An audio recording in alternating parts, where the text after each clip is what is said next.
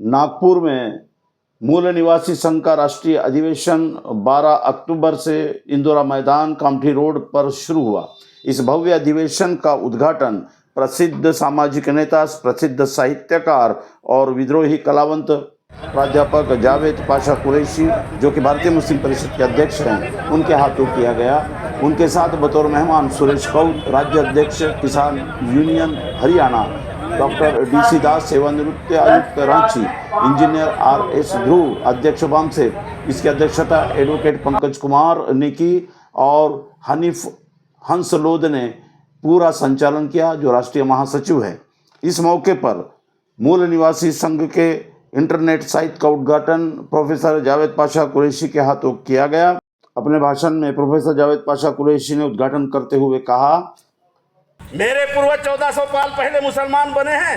मैं कोई बाबर और औरंगजेब की औलाद नहीं हूं, मेरा उनसे कोई संबंध नहीं है। वो एक राजनीतिक इतिहास है 700 साल का। जिन मुगलों को, जिन तुर्कों को, जिन पठानों को यहाँ के ब्राह्मणों ने, राजपूतों ने अपनी लड़कियां दी, दामाद बने, दामाद बनाए।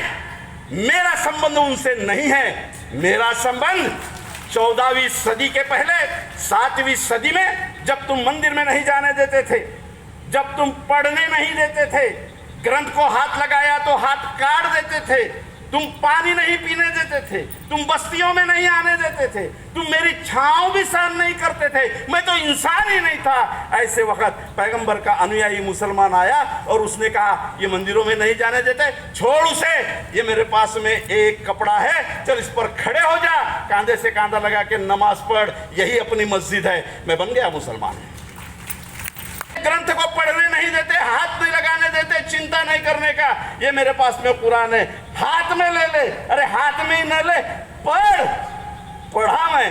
अरे तू सिर्फ श्लोक पढ़ने के बाद आपने जबान काट ली, सुनने के बाद शीशा डाला। मैंने तो कुरान के आयते रट डाले, मैं मुसलमान बन गया। तुम हाथ भी नहीं लगाते थे, उसने थाली में खाना खिलाया, तुम छूकर भी नहीं लेते थे, उसने गले से लगाया, मुसाफा दिया। अरे तुम व्यापार के लिए बंदिशें थी, मुझे सातों समुंदर के पार यूनान मिस्र तक मुसलमानों ने व्यापार करने ले गए, इसलिए मैं मुसलमान बना। और जब मुसलमान बना तो मैं कोई बादशाह की औलाद नहीं था, मैं इसी देश का कुंभी माली तेली महार मांग चारा अनुसूचित जाति जमाती OBC के रक्त का बांधा हूं। इसलिए इस भारत के तमाम मुसलमान, इसमें 95% मुसलमान अनुसूचित जाति जमाती OBC के बंदे हैं, जो फुले और बाबा साहब के अनुयायी है। और अगर सांस्कृतिक विरासत अगर दिखाना ही हो समता की, तो हमारी विरासत भी बुद्ध के वचनों से जाकर मिलती है। इतना बड़ा सांस्कृतिक संघर्ष ब्राह्मणवाद के विरोध में हमें खड़ा करना पड़ेगा, क्योंकि वर्तमान में जो दिखाई देता है वो बड़ा खतरनाक है। आजादी के 75 साल के बाद में हम जैसे इंटेलेक्चुअल जब आकलन करते हैं तो बहुत कुछ पाया भी है हमने, तो बहुत कुछ खोया भी है। पाया है उसके तरफ भी एक नजर अगर दौड़ाओगे तो लड़ाई हम लड़ सकते हैं, इस आत्मविश्वास में रहोगे। क्या पाया हमने, पहले मैं इस तरफ चले जाता हूं थोड़ा सा। हमें शिक्षा के लिए प्रवेश नहीं मिलता था, बाबा साहब जी आंबेडकर को बाहर रहकर पढ़ना पड़ा। आज रईस SC लोगों के पास में कॉलेजेस है, मुसलमानों के पास में कॉलेजेस है, OBC जिनको मनुवाद यानी कितना खतरनाक उनके बारे में लिखा है, तेली के बारे में, माली के बारे में मैं बताना नहीं चाहता, अभी वक्त नहीं है। उनके पास में बैंक्स है, हमारे पास में बैंक्स है, कोऑपरेटिव सोसाइटीज है, हमारे पास में IAS IPS ऑफिसर्स है, हमारे पास में कमिश्नर्स है, हमारे पास में इंस्पेक्टर्स है, हमारे पास में तहसीलदार है, हमारे पास में डॉक्टर्स है, हमारे पास में इंजीनियर्स है। क्या नहीं है हमारे पास में? हम सशक्त हैं, हम मुकाबला कर सकते हैं। नहीं है तो बस मैंने जो कहा, सभी शोषितों को इकट्ठा लाने का एक सांस्कृतिक आंदोलन की दिशा और उसका मुकम्मल बैठक, निर्माण की जरूरत, साहित्य के निर्माण की जरूरत ये है। इकट्ठा लाने का साहित्य ये सर्वसमावेशक ही होना चाहिए। अगर सर्वसमावेशक नहीं है तो आप जानिए कि वी स जोग अपनी किताब में लिखते हैं, नरहर कुरुंदकर अपनी किताब में लिखते हैं कि ब्राह्मणवाद के पास में कुछ भी नहीं है। जो कुछ है उसने बहुजनों के देव, बहुजनों के रिचुअल्स, बहुजनों के त्योहार, बहुजनों के परंपरा वह छीन कर उसका मालक बन बैठा। उसके पास कुछ भी नहीं है। वो मानक बन बैठा है और जिनके पास है वो इकट्ठा नहीं कर पा रहे।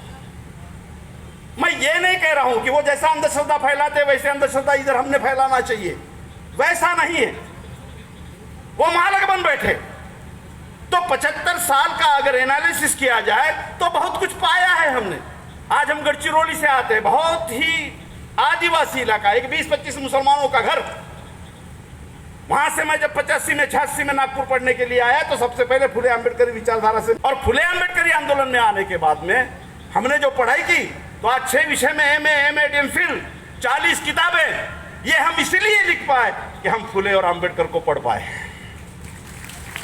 हम समझ पाए बैठक को समाज की, हम किससे लड़ना है इसे समझ पाए तो यहां तक आए। मैं मुसलमानों की सभाओं में, ऐसा नहीं कि मैं आपकी सभाओं में आ रहा हूं, परिचय में बताया इस महाराष्ट्र में पिछड़े मुसलमानों का आंदोलन हमने खड़ा किया। अगर फुले और बाबा साहब न पढ़ता तो मुसलमानों में भी पिछड़े हो सकते हैं, ये तो मैं भी नहीं कहता। मैं भी कहता कि मैं भी 700 साल राज किया हूं ना, मैं किसको डरता हूं। लेकिन मैं 700 साल के उस राज से अपने आप को बिल्कुल नहीं जोड़ता, क्योंकि मैंने बेसिक थ्योरी पढ़ी है। और फुले अम्बेडकर का आंदोलन न होता तो ये बेसिक थ्योरी मेरे पास में नहीं आती। मेरे खाला के 2 लड़के बहुत अमीर हैं, चिकन की दुकान है उनकी, रोजी कहीं से भी कमाई जा सकती है, हलाल की रोजी है, ईमानदारी की रोजी है। भंगार की दुकान लगाना कोई बुरी बात नहीं है, वो आपके उत्पादन का साधन है। लेकिन जब हम बौद्धिक लड़ाई को, जब हम सांस्कृतिक लड़ाई को, जब हम सामाजिक, आर्थिक और राजनीतिक लड़ाई को देखते हैं तो पाते हैं कि करोड़ रुपया कमा लो लेकिन सामने चिकन वाले जावेद भाई ही होगा। लेकिन मैंने फुले अम्बेडकर पढ़ा, शिक्षा के महत्व को पढ़ा, तो आज मेरे पास में यकीन जानिए अच्छा कैरेक्टर है, अच्छा घर है, गाड़ी है। सामने जावेद भाई चिकन वाले नहीं, प्रोफेसर जावेद पाशा है।